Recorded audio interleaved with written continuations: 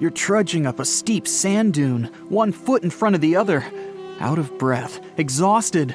You've lost too much water, and your body is beginning to shut down. You know you can't go on for much longer.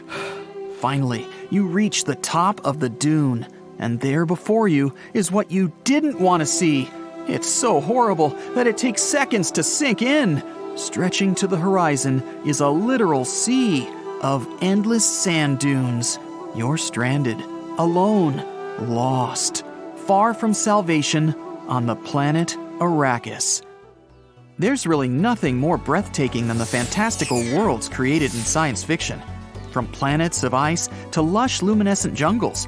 While this particular planet may only exist in literary and cinematic outer space, Arrakis is not a place you want to take your family to for a picnic. For those of you who haven't seen the 2021 movie Dune, don't worry, I won't spoil it for you. You may not have seen the 1984 version either, or the miniseries from 2000, several computer games, or read the 6 novels by its original creator, Frank Herbert. And yet, you know that much of the action in Dune takes place on the desert planet of Arrakis. No cute robots there, only harsh temperatures, and somewhere beneath the dunes, giant sandworms. And when I say giant, I mean massive. They can be up to 1,400 feet long, a third longer than the Earth's largest creature, the blue whale. Scientists wanted to know if people could survive on a planet of endless sand dunes. But before I talk about what they did, let's discover a little more about the planet itself. Arrakis is already populated by a people known as the Fremen. They are native to the planet and have adapted to survive its severe desert landscapes. They created a full-body outfit called a still suit. It's designed to preserve the body's natural moisture, such as sweating. It filters the impurities and circulates them back into catch pockets as drinkable water. Probably doesn't taste amazing, but it'll keep you alive. A still suit in good condition can allow the wearer to survive in the searing desert for weeks. If you or I were to be dropped on Arrakis, or indeed any desert environment, what would happen? It really depends on the temperature. Obviously, the hotter it is, the harsher the impact on your body. The first stage of dehydration is thirst. This occurs after you've lost 2% in body weight. You'll already begin to feel unwell. Water makes up 60 to 70% of the human body. In a hot environment, the body can lose up to 0.4 to 0.8 gallons of water per hour. You'll start to sweat less, and your body temperature will rise. Your blood will become thicker and harder to maintain oxygen levels. Your heart rate will increase. You'll start to overheat like an old car, making you more tired and less able to function. By the time you've lost 4% of your body weight, fainting will occur. By 7%, organ failure begins. You get the picture. Pity that you didn't have a still suit. Thankfully, the movies don't physically transport us to such a place, so we can sit comfortably eating our popcorn and downing a large drink. I always get thirsty watching movies set in a desert. A group of British climate scientists must be passionate Dune fans because they decided to explore this planet in their spare time for fun. They built an actual 3D digital climate model of Arrakis. First, they collected all the data on Arrakis they could find. They scoured the Dune fandom wiki, as well as the incredible Dune Encyclopedia, a book with thousands of cross-referenced entries that took 8 years to compile. What they learned is that the atmosphere of Arrakis is made up of nitrogen and oxygen, enough for human life to exist. A good start. The planet's surface is almost entirely dry deserts. Yet there are also mountain ranges that shelter the planet's limited indigenous life forms, such as the Fremen. The giant sandworms that inhabit the planet also contribute to the planet's unique ecosystem. Their internal workings are like that of a blast furnace. They produce intense heat and, in turn, supply oxygen to the almost plantless world. Just don't get in their way if they're out for a Sunday stroll. Located deep within the mountains of the planet are water reserves. There are also small amounts of water in the form of vapor in the atmosphere. This water is harvested via wind troughs. The polar regions have a milder climate and are more hospitable to humans compared to the vast, desolate wastelands of sand dunes. Thanks to those regions, Arrakis' overall geography makes it a relatively habitable planet, in theory.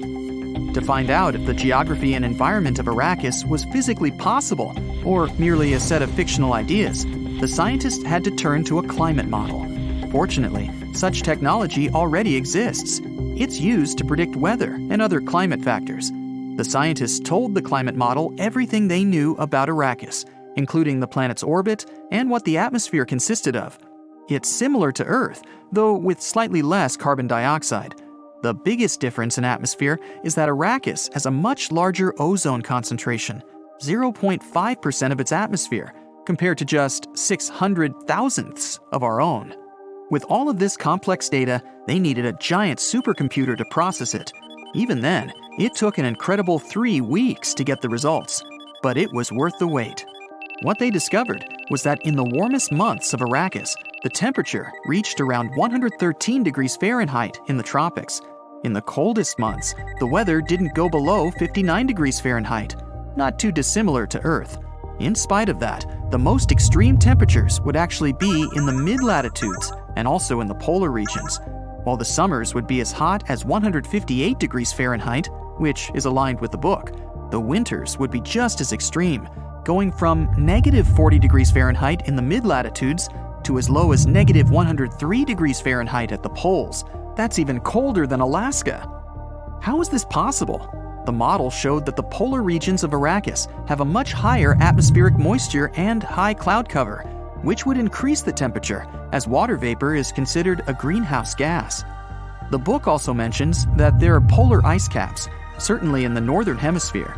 In spite of that, the model revealed that the summer temperatures would melt any polar ice. Further to that, there would be no snowfall to replace the ice caps in winter. So much for a snowy winter's vacation. Another disparity is that no rain falls on Arrakis. Again, the model says otherwise.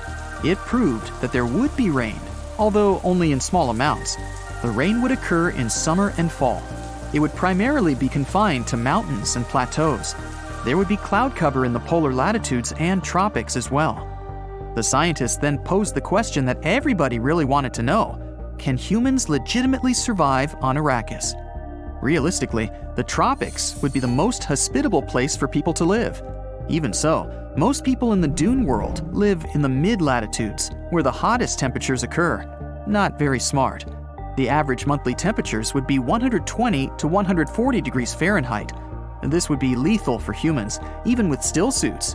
While the body would be kept cooler in line with the outfit's design, the skin is still exposed to the sun and heat. Not only would you look like a lobster, you'd probably fry. Youch! Life outside of the tropics in winter would also be impossible without technology. The cities would suffer extreme conditions in both winter and summer, akin to intense locations on Earth, like Siberia, which has brutal winters. Not the best locations in which to build your cities. No one could find fault with Frank Herbert, though, who passed away in 1986. His first Dune novel was published in 1965, though he'd already begun thinking about it in the late 1950s. He had visited the Oregon dunes and became fascinated by the movement of the sand dunes. He realized that without some type of vegetation, or poverty grasses which the Department of Agriculture was trying to introduce, the sand could move incredible distances. And with such force, it could swallow whole highways, lakes, and even cities. All of this was years before a man called Syukuro Manabe published the world's first climate model in 1967. In 2021, Manabe shared the Nobel Prize in Physics, the same year he turned 90, for the modeling of Earth's climate and predicting global warming. What a legend!